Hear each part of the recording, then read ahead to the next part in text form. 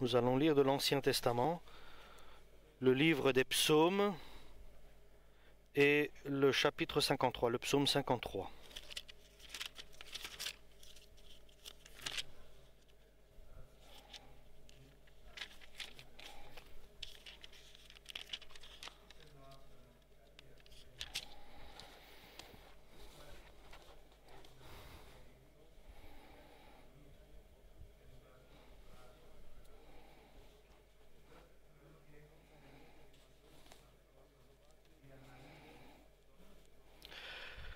Chapitre 53, verset 2. Ils sont stupides, ceux qui se disent que Dieu est sans pouvoir. Ces gens sont corrompus. Ce qu'ils font est malhonnête. Aucun d'eux n'agit comme il faut.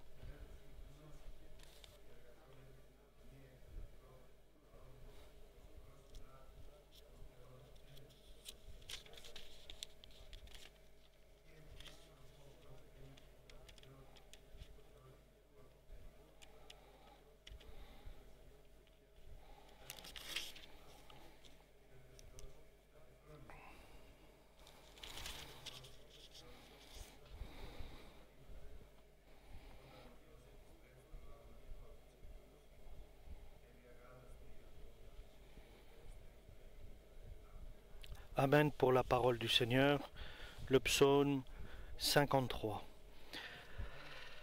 C'est à Dieu que revient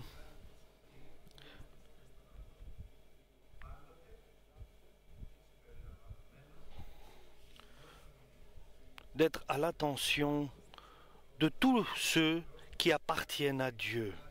Et Dieu surveille, je peux dire, avec une grande attention ceux qui lui appartiennent.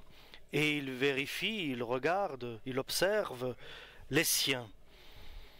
Et ceux qui ont une sagesse et ceux qui cherchent Dieu.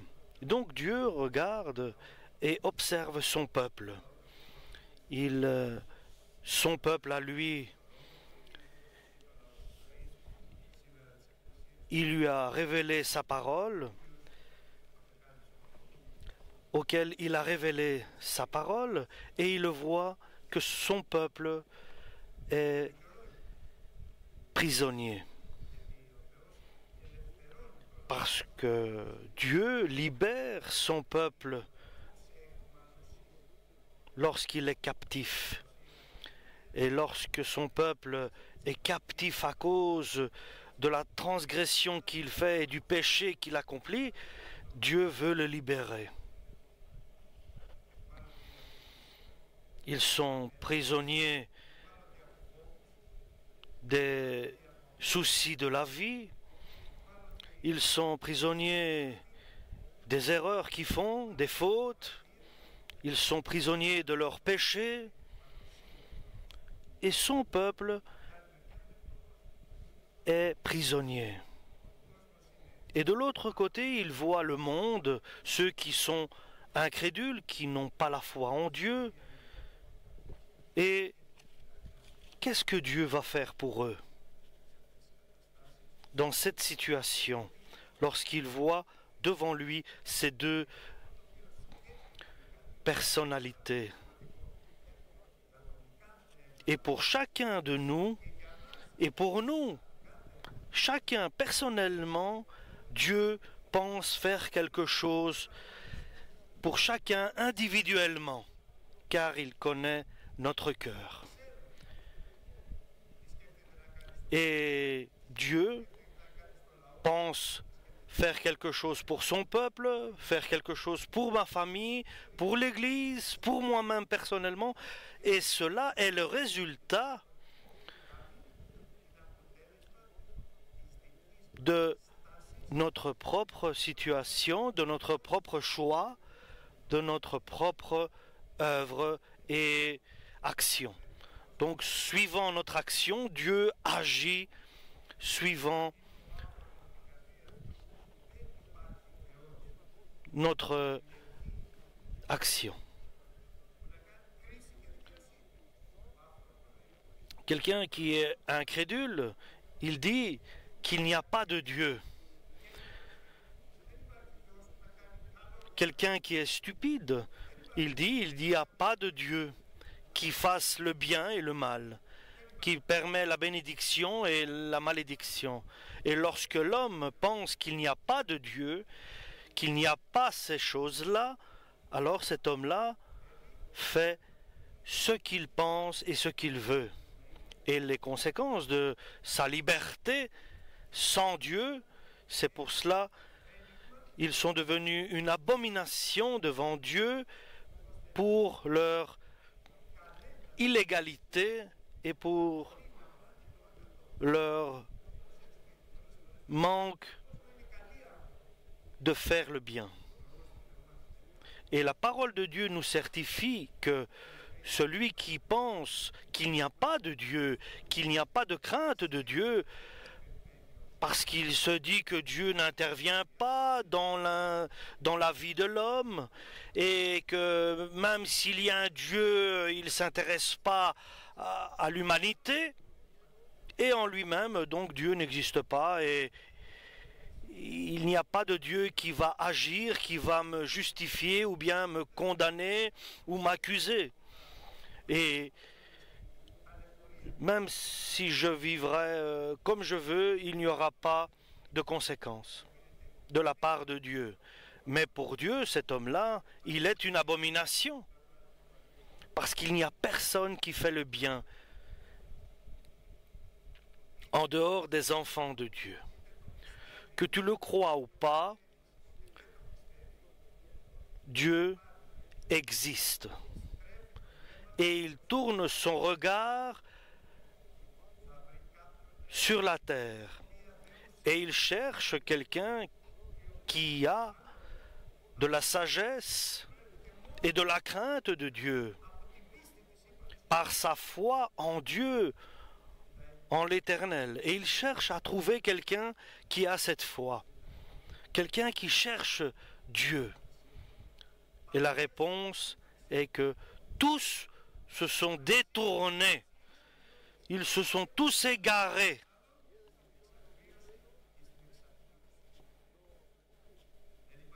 Il n'y a personne qui fait le bien. Pas un. Donc, ils sont tous partis du droit chemin.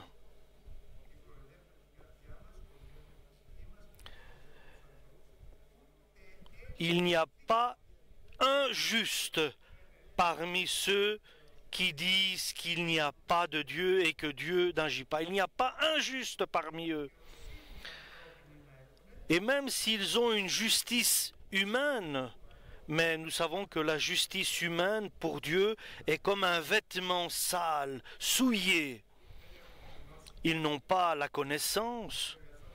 Ceux qui agissent et font le mal, ils pensent que Dieu n'existe pas, ils ne connaissent pas la vérité et ils mettent mon peuple dans la captivité. Ils soumettent mon peuple prisonnier du mal.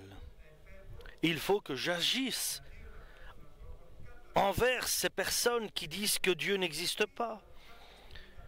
Et je veux agir pour qu'à un moment, ils puissent se repentir et revenir vers moi et dire qu'il y a un Dieu et qu'ils prennent conscience que Dieu existe. C'est pour cela. Ils s'enfuiront sans qu'il y ait personne qui les chasse. Et ils auront la peur sans qu'il y aurait une raison d'avoir peur.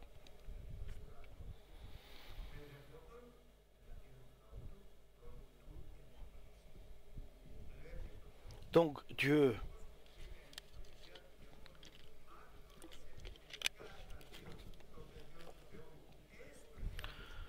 il voit ses enfants et il vient les encourager, les protéger, il leur met la crainte de ne pas transgresser la parole de Dieu, de ne pas s'égarer, se détourner de la parole de Dieu. Et nous l'avons tous vécu. Voir des hommes craindre certaines choses sans qu'il y ait la raison d'avoir peur. Parce qu'ils ont peur pour avoir peur. Et nous remercions Dieu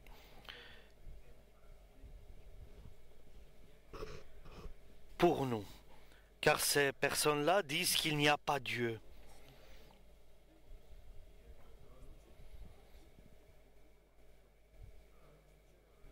La question importante pour le peuple de Dieu est le suivant. Et la suivante question. Qui va donner de Sion, de Jérusalem, le salut? Qui donnera le salut de Sion? Et le salut vient de Sion, de la montagne, de la grandeur de Dieu, du trône, de la gloire de Dieu. Qui est celui qui donnera le salut à mon peuple? Et la réponse est la suivante. Seulement Dieu donne le salut. Il n'y a personne qui donne le salut, car tous se sont égarés, détournés de la parole de Dieu. Qui donnera le salut à mon peuple? Et maintenant aussi, qui donnera le salut aux chrétiens? Seulement Dieu. Il n'y a personne d'autre que Dieu. Le salut, seulement Dieu peut le donner. C'est pour cela, avec cette certitude, David, par le Saint-Esprit, il clôture, il conclut, lorsque Dieu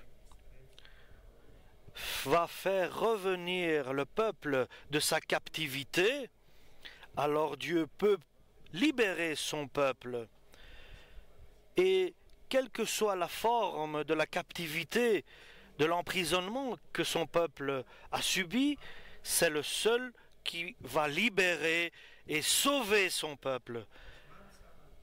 À cause, bien sûr, des liens du péché, de l'illégalité, qui apportera le salut au peuple de Dieu? Seulement Dieu. Seulement Dieu peut donner le salut à son peuple. Et alors,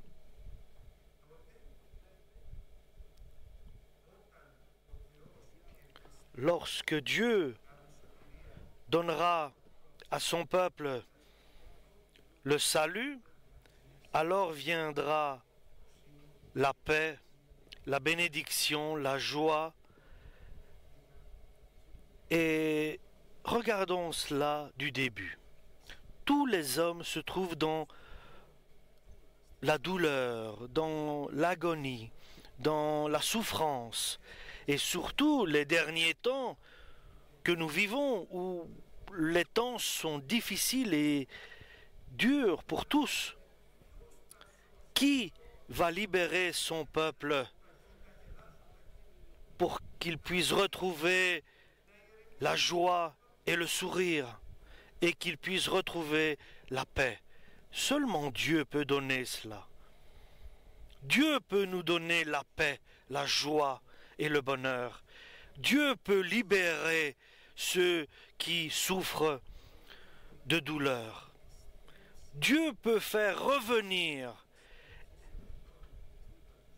ceux qui sont captifs du mal, ceux qui sont prisonniers du mal. Nous ne devons pas espérer à personne, en personne, seulement à Dieu. Et si nous espérons rien des hommes, alors nous serons jamais déçus, car nous attendons pas des hommes quelque chose, mais nous attendons de Dieu.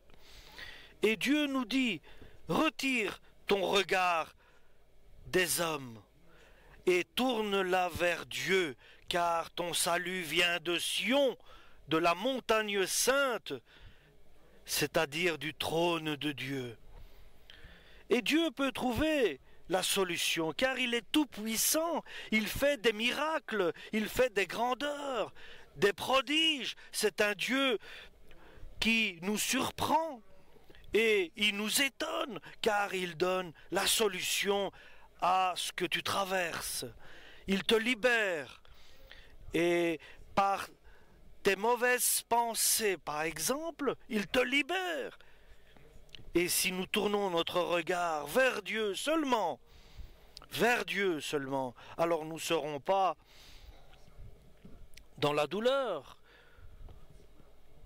et dans la souffrance, mais nous serons dans la joie et dans le bonheur avec Dieu qui est celui qui prend soin de nous.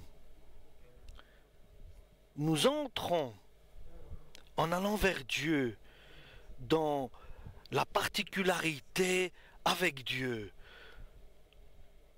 Nous faisons partie de ceux qui appartiennent à Dieu.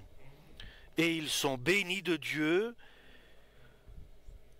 Nous sommes comme des arbres plantés au bord d'un cours d'eau, au bord d'un endroit qui est arrosé.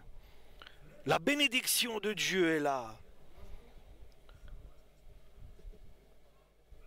En regardant la faiblesse et l'indifférence et l'amertume,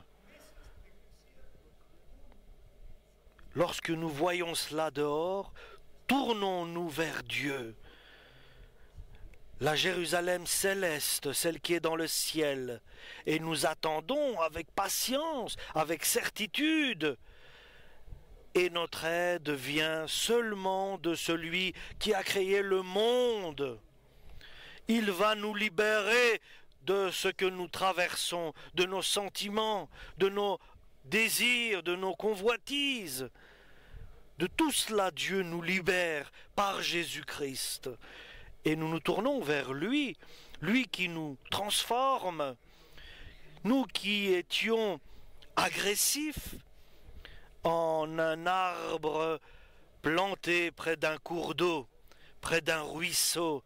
Et quoi que nous fassions, Dieu nous donne la réussite. Dieu nous demande de partir du groupe de ceux qui n'ont pas d'espoir et d'aller vers ceux qui espèrent en Dieu. De changer de parti. Nous devons nous libérer et être indépendants des personnes du monde et aller vers Dieu et bénéficier de cette bénédiction.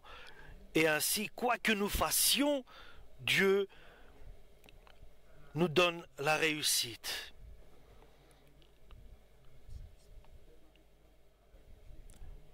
Mais cette parole que nous entendons, nous avons confiance en cette parole, car Dieu, qui a donné au Saint-Esprit l'ordre d'écrire cela dans ce livre par ses disciples, cela nous revient.